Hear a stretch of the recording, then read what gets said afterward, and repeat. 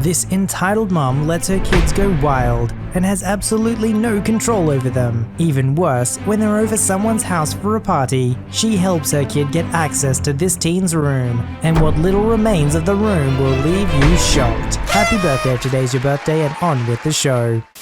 The context. This woman has been a problem parent at the center for as long as her 5-year-old child, Molly, has been there. The girl started as an infant in our baby room, so that's 5 years of this woman. This EM is not a good person. She would not pack lunches for her daughter. She would often send her then 13-year-old to bring Molly into the daycare because she didn't want to, and at least 3 times a week, teachers had to give the child a bath in the sink, and when she was too big for that, a sponge bath, because she smelled so bad. Yes, we called CPS, and I'm not sure what came out of that, but I know Molly is still in her custody. It was awful. But there was one saving grace this girl could look to: Jenny. Jenny was the sweetest woman you would ever meet. She worked in one of the preschool classrooms, but her heart was so big and open that she extended her kindness to all children. Every time Molly came in without a lunch, Jenny would make sure she had food, even if it meant driving to the local Walmart or county fair to get her a sandwich. Eventually, Jenny began to bring in food personally for Molly because Molly's EM never packed her lunch. Jenny died suddenly and unexpectedly in 2019. She was young, just barely over 30. EM kept bringing Molly in without lunches, and up until the virus hit, it was an ongoing battle that finally came to a head yesterday. Molly came in at 10:30 yesterday, which was too late for breakfast. In the preschool classrooms, we kept them on a schedule, and breakfast ends at 8:30, while they get snack at 10. Molly had snack and lunch started at noon. When the teacher opened her lunchbox to prep her food at lunch, she noticed there was breakfast in there. She decided politely to remind Molly's mother that breakfast ends at 8:30, and if she was planning to bring her in later, to please have her eat before she comes in, because things are already in full swing in the classroom. This was done via a childcare app that we use to communicate with parents. Well, EM did not like that and called the center screaming at our assistant director, AD. This lasted for 10 minutes, and the pregnant AD came into my room, the infant room, angry about all this. She cooled down and went back to her office. The offices are right next to my room, so I was being somewhat nosy and listening in. EM came to pick Molly up, effectively pulling her from the center. There she got to shouting at the AD. Wouldn't you be upset if they weren't feeding your baby? Wouldn't you want justice and people held accountable? That's when the director stepped in and told the AD to check on the other classrooms. Translation: you don't have to freaking listen to this, I'll handle it. D then followed up with, personally, I would make sure that my child ate breakfast before bringing her in. AD left at that point. EM was throwing a fit about how she didn't like the teachers here, how she thought Tiana, the preschool teacher for the 4 or 5-year-olds, was a raging fitch, and how she didn't like her since the beginning, and how a lot of parents pulled their kids because of her. Thing is, she was confusing Tiana with Tessa, the younger preschool teacher for the 3-4-year-olds. Tessa is admittedly a strict woman, but her strictness was countered with kindness and positive reinforcement. EM is so out of touch with her daughter's providers that she never even got to meet Tiana. Finally, she delivered the zinger everyone knew was coming, but hopes she had enough class to refrain from saying, You stopped doing the food program when Jenny died. I think you're just too selfish and cheap to honor her memory to continue it. To which D finally stood up and said, Jenny was the food program. She bought that food for Molly out of her own pocket with her money that she earned caring for the children here. The reason this so-called food program stopped was because Jenny died. To which EM doubled down and said, Well, why wouldn't you continue to buy food for the children in her honor? Because we do not have the budget to allocate funds for a food program. In addition, in our handbook, it states that we are only to provide snacks. We would need a whole other set of clearances and regulations to start serving food here like a cafeteria. But you did it when Jenny was here. The argument continued back and forth like that until finally, D basically said that this was the second outburst that EM had, and they could no longer accept Molly at the center with this continued behavior. EM, needing to get the last word in, finished with, Fine, I don't want to send my my child to a place that starves her. Then she left with Molly. My heart breaks for the child, but there's not much else to do. I just can't believe how classless you have to be in one argument to bring up a beloved, saintly person like Jenny, and then basically insinuate that our wonderful AD was going to be a bad mother, while acting like we are somehow the jerks for cancelling our non-existent food program. Can you believe she had the nerve to accuse them of starving her when she's the one who is the parent? She's responsible for feeding her child, and she's the one who didn't do that. Yes, if you hand them over to a daycare center, there is a sense in which they take responsibility for them, but you have to do it on their terms. There's not just one child being taken care of, it's many. And special attention being given to your child means that's attention that's not given to all the rest of the children.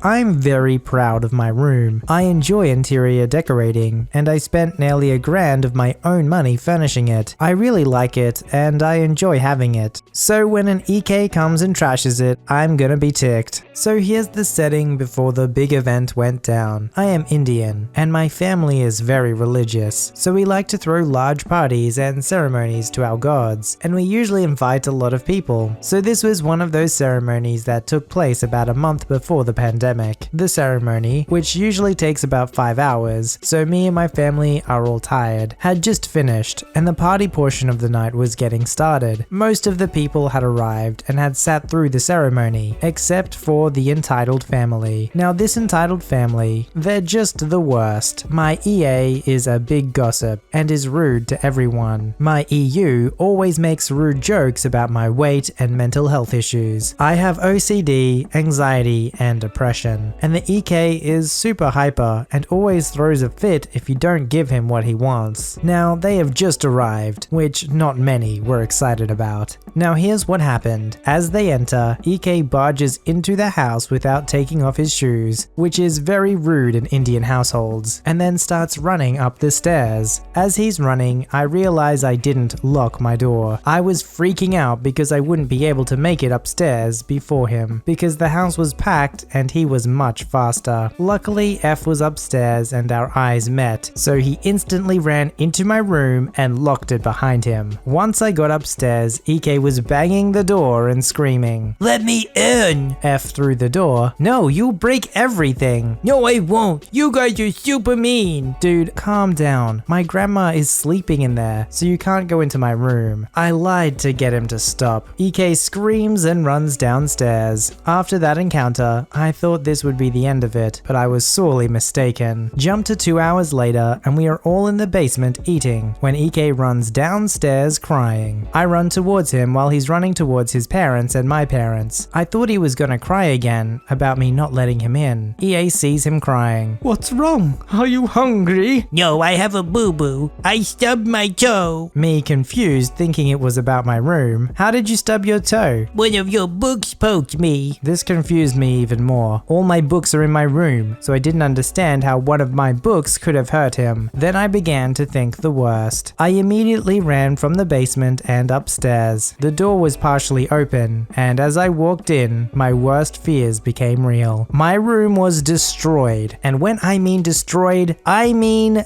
destroyed. My books were out of my bookcase and spilled on the floor. My TV was knocked off its stand, and my game consoles had half their wires ripped out. My clothes, which were in my closet, were half in my bathroom and half soiled on the floor. My floating cabinet, which I bolted to the wall myself, was off of its hinges and on the floor. My Legos, which I'd packed in boxes in order for them to be given to my cousin, were all spilled out and the Lego models were broken. A gold chariot toy, which is a valuable family heirloom in my family, was broken in half. Worst of all, my favorite painting, which my late grandfather got for me, has a hole in it. I was crying when everyone finally showed up in my room. It turned out that EA used a paperclip to unlock my door without a key. She then let him into my room and didn't bother to tell anyone. He decided to break everything because I didn't let him into my room earlier. My parents and I were ticked. My mum and dad were in a screaming match with EA and EU because they were saying it was my fault. I was too busy holding my painting and crying to really understand anything. It ended with EK and entitled entitled parents leaving in a massive drama storm,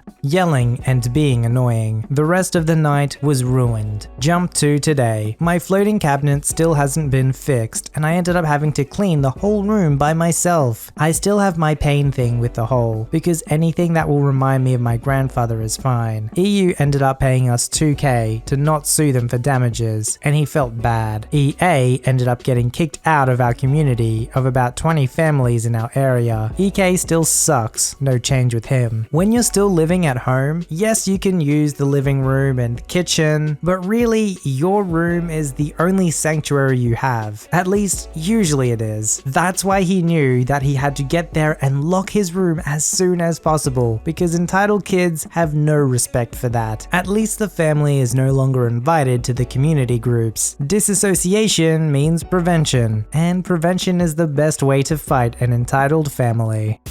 So, my mum has been friends with EP for a long time. Like a lot of EPs, they had an EK. They were a family friend, even though they were bad at making choices and were a bit Karen-like sometimes. Yes, they have asked for the manager multiple times when we were at a restaurant. EP and EK regularly came around to our house, and we always went to theirs. EK would regularly scratch me, and generally wasn't careful, and I always got hurt. It happened so much, it just wasn't usual. I think I even got punched once. The problem is that we're Chinese. Their family believed that you couldn't really complain about those little things because they were better than us. So we couldn't complain that EK always accidentally hurt me, just cause he was better at everything than me. He was better at maths. He could read. Yes, I couldn't read until year 3. Shocking, I know. My parents thought I was dyslexic. He could do a lot of piano grades. In a lot of Chinese families, children are everything. Also, if you think this accidentally hurting me were accidents, it wasn't. He was regularly called into the head teacher's office for bullying. So skip a couple of years, the 11 plus happened. For those of you who don't do this, it's an exam that you do to get into better schools. In England, we call it the 11 plus because you do it when you're 11. Just explaining for those who don't know, because whenever I talk to people, they always ask what it is. At this point, I was way better at nearly everything than EK, and had gotten a good school while he hadn't. This basically meant they couldn't boss us around anymore. I had gotten a new phone. It was from the Google Pixel line, and was worth quite a lot when it first came out. EK hadn't gotten anything nice because he didn't pass. So obviously EK was jealous. And here's his thought process. I don't like that OP has gotten a new phone. Ooh, I'll go to their house and break it. So that's exactly what he did. EK and EP go to our house with a hammer and smash my phone. As you can probably imagine, my parents are mortified. However, lucky for EP and his mum, they are calm people. My parents don't scream and shout and punch people. They half scream why they did it. EK said it was because they didn't like that I got something nice and new. EP said it was because they didn't want me to have anything nice because I was already spoiled. The spoiled part was probably right. At least I don't have the courage to believe I'm not spoiled, but it was still unjust. You literally won't believe what EP says next. If I told you this, you probably won't believe it, but I swear on my life I'm not joking. EK is just busy smashing the phone further. I was never a person for crying, so I just stood there with shock on my face. You should pay me to clean up this mess. That's right. They come into my parents' house, smash a £700 phone, and then ask to be paid to clean it up. This was the moment my parents boiled over the edge. They scream at her to get out. They're just too nice, so they don't ask her for money back. When they leave, my parents sigh and just order me another phone. And now is where the revenge part of the story begins. Remember the beginning where I clarify that EK is a bully? Well, he recently started going to a school near him. Just note that this boy had been going to a bad school nearby, generally for students that tend to travel a lot. The school just never taught you anything. At this point, we were in the beginning of year 8. Many years had passed since the phone incident, and my parents tend to forgive. I felt really bad that I hadn't talked to EK for so long, and we went to their house. They were holding a party, and they had quite a big house. My grandparents from China were here, and somehow they got lost, and my mum's phone had died. My dad was on a business trip. EP had changed quite a bit over the years, and was nicer than before. She lent my mum her phone, or at least we thought she was nicer. My mum began dialing my grandparents parents. They connected on the phone and started talking. The phone went ding. My mum looked down at the phone to see what it was. It was from messages, and my mum was horrified. My mum thought it was so wrong after that, but curiosity, you know. My mum always knew that EK had a bullying problem, but never knew it was this bad. So EK had been beating up kids. I think he even broke a nose at some point. He had a friend, which I'll call FF, was also helping EK, and together they kept literally the whole class in fear. How did we know this? EP had literally been gloating about this to F's mum, about how good at beating up kids they were. If you're wondering, the class was about 10 people. At this point, my mum had enough. It probably wasn't her decision to make, but she called the head teacher. She sent the pictures of the texts. EK was expelled. Seems harsh, but remember, EK had been bullying them since he was 5. He had broken people's bones. EP didn't know it was my mum who did it, but suddenly they were moving back to China because they wanted to live there. EP even quit her job and everything. She lied to everyone, and she said she wanted to move back because it's so nice there. So EK went, didn't go to school for half a year. If you're wondering why they didn't stay in England, let me remind you that EK had just been expelled from one of the worst schools in the UK. No other school would take him. They wanted to live in Shanghai, but the city is really expensive. Most people from another city work for years only to be able to afford to rent a small bathroom in Shanghai. On a nurse's salary, EP wasn't going to be able to afford it ever. She didn't realize this until year 9. EP and EK now live in Thailand. This all started because EK broke my phone. Imagine getting such good revenge on an EK that they end up getting expelled from their school and they have to leave the country. If you want to create some distance between you and an entitled family, that's how you do it.